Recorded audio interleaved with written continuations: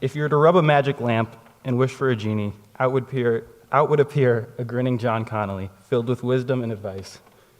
With the walk of a humble lion, John can be recognized from miles away. He is the lovable, insightful Morty you all know and love, and I consider myself lucky to introduce him to you. John is not only a great friend to me, but a mentor. Though he treats me with utmost equality, he's always there to give me an educated lesson. His mind is filled with random facts that he's picked up from his years, a given trait from his father. He is the truest form of a historian. I haven't heard his speech, but I urge you all to sit up and listen. You may regret it later. His unmistakable smile and energetic laugh can, with unbelievable efficiency, brighten up anyone's day. He's always kind and forgiving.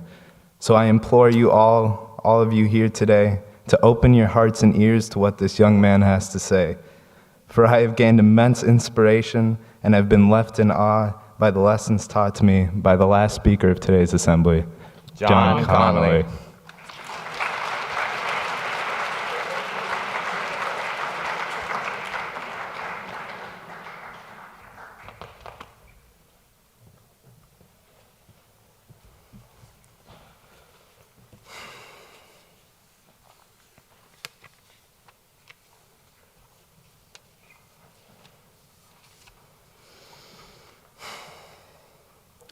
Shaping the minds and hearts of people who will change the world. Ever since we have changed our motto to this simple yet bold statement, I've spent a lot of time thinking about its meaning. I often question if the motto truly reflects the spirit of our school. What are the students of SBA supposed to take from the new motto? How does the motto serve us? I don't remember the old motto that well. I remember that it was long, and that the only time I heard it read aloud was during the assembly for the new one. I feel like in a lot of ways, any attention from the student body given towards our new school statement started and ended there. For a motto that is meant to represent the school as a whole, its purpose seemed to quickly simplify to become a sharp-sounding phrase used to impress parents of prospective students and potential donors. The school never really gave students any reason to care about it. But I have passed through the hallway many times and glanced up at the motto in silver letters overlooking the flights of stairs, and I still feel the motto is written to represent us, and it is our duty as students to interpret its words and decide whether or not it holds true. To shape the minds and hearts, that's the goal. And by the way the motto is phrased in the present tense, it is something we are supposedly always doing. So are we? I place myself directly in the statement. I, being the student, am the person who is going to change the world along with all of my peers. I begin to pick apart the motto, shaping the minds. I've never questioned this portion. SPA shapes our minds by teaching us to read, write, and think critically, to strive academically such that our success in class comes from an ability to understand the material rather than just an ability to memorize and test well in it, because this ultimately helps us understand what it is we need to do to succeed after we leave. I have no doubt SPA has shaped my mind. But what about the hearts? Read it alone. SPA shapes the hearts of its students. What does it mean to shape the heart of someone? It is clear SPA has shaped my mind, but at the same time, that is by definition what a school is intended to do. Without the hearts included, SPA's motto could simply read, "A place where people get smarter before changing the world." But that doesn't sound that great. So the hearts portion might have been added for the sake of cadence, but I think its purpose goes farther than that. The addition to our school statement implies that SPA goes beyond ensuring the growth of the academic mind and focuses on developing the ethics and values that their students possess as well, so that they leave the school not only with strong intellect, but a desire to do good. I feel it is important SPA made this distinction because there are plenty of smart people out there with the ability to change the world in crucial ways. I can flip on the news and see that the world, especially the world of business and politics, isn't lacking in people who are highly intelligent and driven, but of little concern for anything or anyone besides themselves. But in order to make the world a better place, it needs to see more people who are not just sharp-witted, but compassionate. Women and men who understand that progress comes when the community prospers as a whole. And no matter how many times someone has told this, there's a difference between knowing this and understanding it. It is not something that can simply be lectured to you.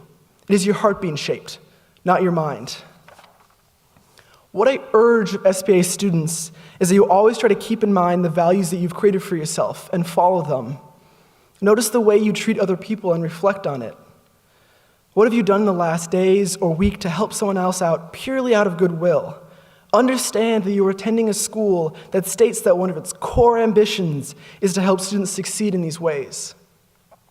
Sure, it is one thing for an institution to say that to say that one of its values is to ensure that its graduates are well-rounded and caring people, but it's another thing to do everything they can to see that it happens. The support and caring that our teachers are capable of here never fails to amaze me. At SPA, we are blessed to be taught by individuals who go above and beyond to ensure that their students meet their potential. Whether it's the fact that members of our school put in the work to plan out whole retreats with the goal of bringing the grade together as a community, or the teachers go out of their way to seek out and help struggling students, who I often was one of, not only because it directly helps the student, but because they model for us what it means to help others and how much of an effect it can really have. High school isn't an easy process for anybody. I've talked to plenty of people who've expressed disdain for who they were as adolescents. The poor judgment they had, the way they were treated, or the way they treated other people. High schoolers aren't subtle when expressing distaste for another student, and the lack of respect that people can have for each other is nauseating. I've spent a lot of time wondering what makes high school a place where people seem to have such a disregard for each other. And when I discuss these contemplations with my friends, I tend to get a few responses along the lines of, that's just the culture of high school, or SPA, or that particular friend group, or remarks like, people who gossip are the people being gossiped about. I know these comments are made out of good intention, but they are far from satisfying answers.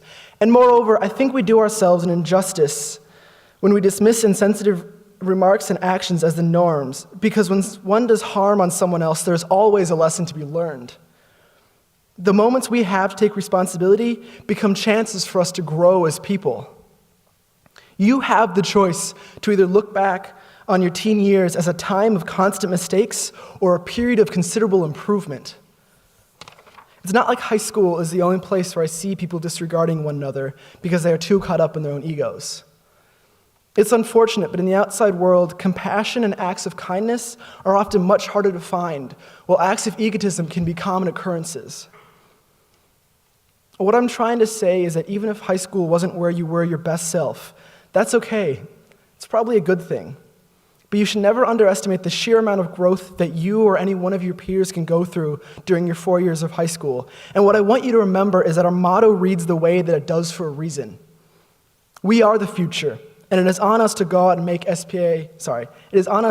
go out and make the world a better place. At SPA, we are lucky enough to be rewarded with vast opportunities and support. It is crucial that we leave this school well equipped with these resources. Remember that this room is filled with people who struggle, succeed, feel joy and pain and every other human emotion just like you. And beyond the limits of this school, there is a world filled with people who are the same way. Soon enough, it will be our generation's chance to shape the world for the better, and those visions for progress start here. Thank you.